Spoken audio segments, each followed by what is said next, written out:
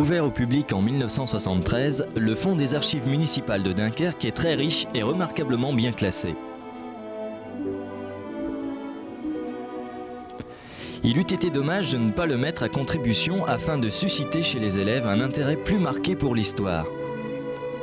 Dans un premier temps, avant même de savoir sur quoi on va travailler, il faudrait peut-être d'abord que l'on se demande ce qu'il y a ici. Alors, d'après vous, dans un service d'archives, que va-t-on trouver? Oui. Des livres. Des livres, comme celui-ci par exemple. Oui, mais des anciens. Des anciens. Ah, est-ce que tu crois que celui-ci c'est un livre récent? Regarde, Oui. Regardez, je vais l'ouvrir, mettons à une page.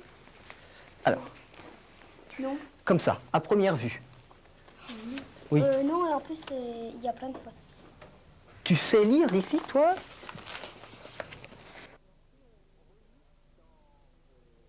Maintenant, si on relit dans 3 siècles tes cahiers, que va-t-on dire? Ben, que c'est plus comme maintenant. Ça sera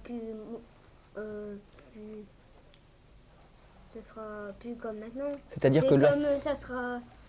C'est comme nous pour ça. On Oui. dit que ça c'est vieux. Mhm. Et ils diront que nous c'est vieux. Bon, on dira que ce que toi tu as écrit, ce sont des documents qui sont très vieux. Est-ce que, par exemple, tes cahiers vont encore servir à quelque chose dans 3 siècles? Bah non. Non. Donc ce seront des documents qui ne serviront plus à quiconque, apparemment. L'utilité de tes cahiers, c'est simplement de voir cette année comment toi tu travailles et si tu progresses. Et d'apprendre. Et d'apprendre. Voici ici un ouvrage que je ne vais pas que je ne vais pas faire circuler, parce que vous voyez très bien qu'il est déjà extrêmement endommagé, mais regardez la couverture, on sent, tâte. Bon, c'est du cuir. En plus, c'est du cuir, et c'est notamment du cuir repoussé, avec sur la page de garde un personnage qui est Saint-Jacques, qui a été dessiné en quelque sorte dans le cuir, que l'on a repoussé afin de dessiner son image. Qu'est-ce que vous en pensez? Oui. On dirait que c'est pas des caractères comme maintenant. Bon, ça n'est pas du tout écrit de la même façon que de nos jours. Sais-tu lire un mot? Là, je crois que c'est moi, mais je suis pas sûre. Bon, mais tu as presque raison. C'est au moins un M, là. Et alors, pourquoi est-ce que tu ne sais pas lire ce genre de document? Parce que c'est pas écrit comme maintenant. Bon, ça n'est pas du tout écrit comme maintenant, pour la simple raison qu'il s'agit là d'un document qui remonte à une époque assez éloignée, puisqu'il s'agit du XVIe siècle. Le XVIe siècle, c'est loin. Et donc, ce genre de registre a entre 350 et 400 années d'existence. Vous allez regarder les photocopies que je vous donne et essayez, entraînez-vous, dans un premier temps, à lire notamment le document de droite. Et on va le lire ensemble, pour que vous puissiez mieux le comprendre. Le lieutenant Bailly, cueil d'office, demande, Causer d'office, 6, demande, contre, c'est bien, demandeur, contre, continue, Pierre Motteghem, oui, Pierre Motteghem, défait d'air. défendeur. C'est bien, le lieutenant Bailly, causé d'office, demandeur, contre Pierre Motteghem, défendeur. Vous voyez, c'est déjà un langage qu'ont l'habitude d'employer les hommes de loi, ça n'est déjà pas simple. Et ensuite, c'est une façon de parler qui ne ressemble pas à la façon dont nous nous exprimons et à la façon dont nous nous écrivons. Le demandeur Requiert, oui. puis le défendeur Requiert que le défendeur, c'est bien. le condamne en Tu vas trop vite. Sera condamné en... Continue, c'est bien. telle Oui. amende En telle amende que les messieurs... C'est un Alors je vais lire tout doucement à côté et vous allez essayer de suivre. C'est bien, vous avez réussi à déchiffrer. Vous voyez donc qu'il vous suffirait un tout petit peu d'entraînement pour savoir lire ce type de document, qui est pourtant fort ancien. Bon, vous apprenez donc que Pierre Motteghem a commis un acte qu'il ne devait pas faire. Lequel?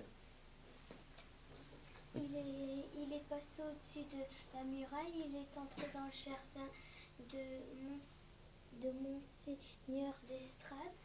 Bon, et il a pris des choses. C'est-à-dire il a volé. Il a volé, tout simplement.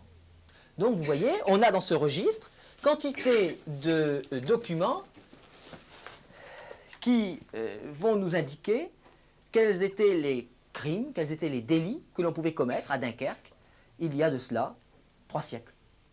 Voilà un document d'archive. C'est du papier. Ceci étant dit, de nos jours, pensez-vous que les documents d'archives que nous conservons soient forcément des documents en papier? Je vais vous mettre sur la voie. De nos jours, est-ce qu'il ne vous arrive pas à la télévision, par exemple, de voir des émissions qui ont déjà été diffusées il y a de cela 10 ans, 15 ans, 20 ans? Oui, 5 ans. Ou 5 ans. Et alors, ces émissions, ce sont également... Des archives. Oui, ce sont des archives, en l'occurrence audiovisuelles, des archives constituées à partir des bandes qui ont servi à fixer sur la pellicule les images de telle ou telle émission. Oui. Par exemple, s'il y a quelqu'un qui est mort, quelqu'un de très célèbre, ils vont montrer les images. Voilà, et on précise qu'il s'agit de documents... De documents? Anciens, audiovisuels. Non, s'il s'agit de documents anciens, ce sont des documents... Où sommes-nous?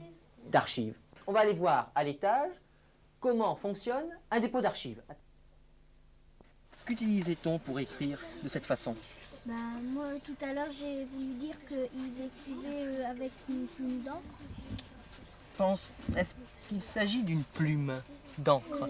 Comment appelle-t-on Une ce... plume d'oie, Bien, ce sont des plumes d'oie vraisemblablement que l'on trempait dans de l'encre. Les moules sont gardés, aux archives nationales de France. Enfin, tous les sceaux sont gardés. Hein. Et le roi a signé, et il a signé là. Et c'est qui a écrit? C'est son secrétaire, donc il a pris un papier et le roi a dicté son texte. Ah oui, j'ai vu dans Les Rois Maudits, Oui. c'est toujours quelqu'un d'autre qui Qui écrit, exactement. Et maintenant, si vous voulez, je vais vous montrer encore un autre document. C'est où que les bateaux ils pouvaient... Ils pouvaient mouiller leur encre, jeter l'encre, comme on dit. C'est petit, il est fort, ils les ont fait petits, mais pourquoi il y en a un là? Bah là, c'est...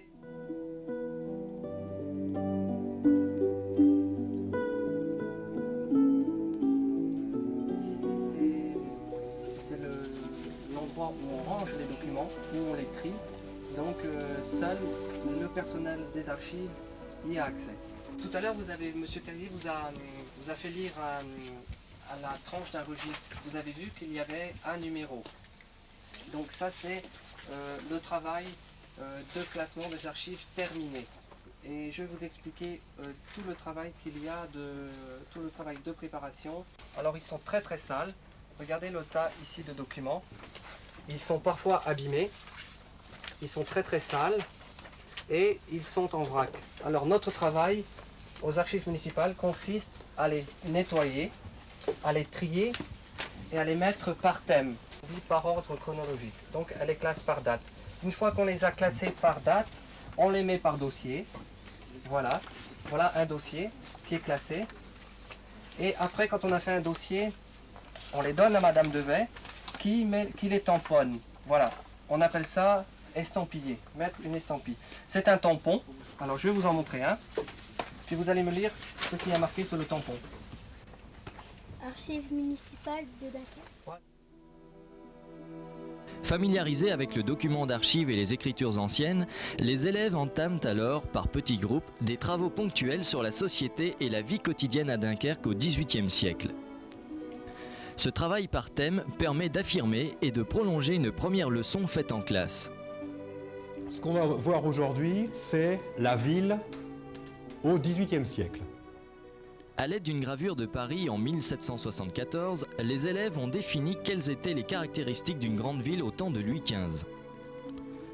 Puis, le réseau urbain du royaume a fait l'objet d'une représentation cartographique. L'exemple de Dunkerque va dès lors s'insérer dans un contexte plus général.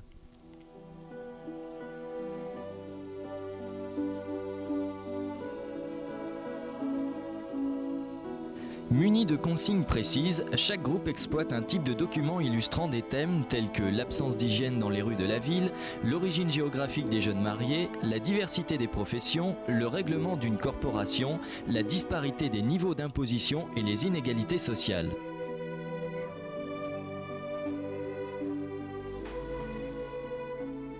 Expliquez-nous un petit peu ce que vous avez trouvé aux archives. Sur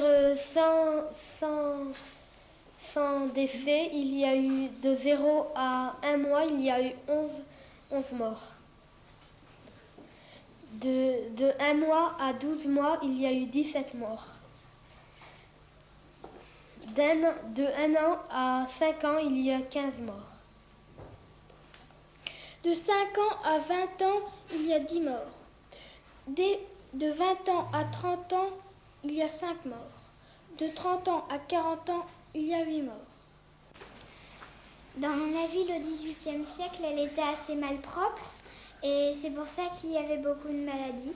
Il y avait aussi beaucoup d'ordonnances qui interdisaient de salir la ville. Il y avait une ordonnance qui disait que les vidanges étaient mal faites car ça causait la maladie et la puanteur. Et ceux qui faisaient ça, eh bien, ils avaient 100 livres d'amende s'ils n'avaient pas demandé. Alors il y avait aussi une ordonnance qui disait que les habitants de la ville étaient informés que plusieurs personnes savent de tenir chez eux des pigeons, des cochons ou des lapins, et ce qui est interdit pour la cause de la puanteur et d'infection, ce qui causait des maladies et qui incommodait les voisins. Alors on leur confisque leurs animaux et ils doivent payer 50 livres d'amende. Aux archives, vos camarades ont travaillé sur quel thème? Sur la provenance des maris, d'où ils venaient. Oui, d'où viennent les maris des Dunkerquoises? Dans Dunkerque, il y en a 48 et 40 d'ailleurs. 48 de Dunkerque et 40 d'ailleurs. Donc c'est quand même quelque chose d'assez conséquent. D'où viennent-ils, ceux qui ne sont pas de Dunkerque? De Menin ou de Saint-Omer. De Nain, Saint-Omer, donc à l'époque c'était quand même assez loin. Il y en avait aussi qui venaient de Belgique, un qui vient de Suède et un d'Islande. Les métiers qu'il y avait, les pêcheurs, il y en avait 5 ou 6 par chaloupe, 80 et 17 chaloupes. Oui, il y avait 17 chaloupes, donc 80 marins, on peut dire, oui. Il y avait des charpentiers de navires. Charpentiers de navires, oui. Il y en avait 18. Oui, Et il 18. y a 10 pilotes de côte. La corporation regroupe un ensemble de gens qui ont la même profession. Il y a les maîtres, les ouvriers ou compagnons et les apprentis. Chaque corporation a un règlement. Chaque orfèvre doit avoir un poisson. Les archives nous renseignent sur la société et la vie quotidienne à Dunkerque, mais aussi dans tout le royaume de France au XVIIIe siècle. Véritable mouroir, les villes s'accroissent grâce à une immigration importante. Très diverse, marquée par la présence des corps de métier, la prédominance des nobles et des riches bourgeois, mais aussi par la pauvreté, la société urbaine est très inégale.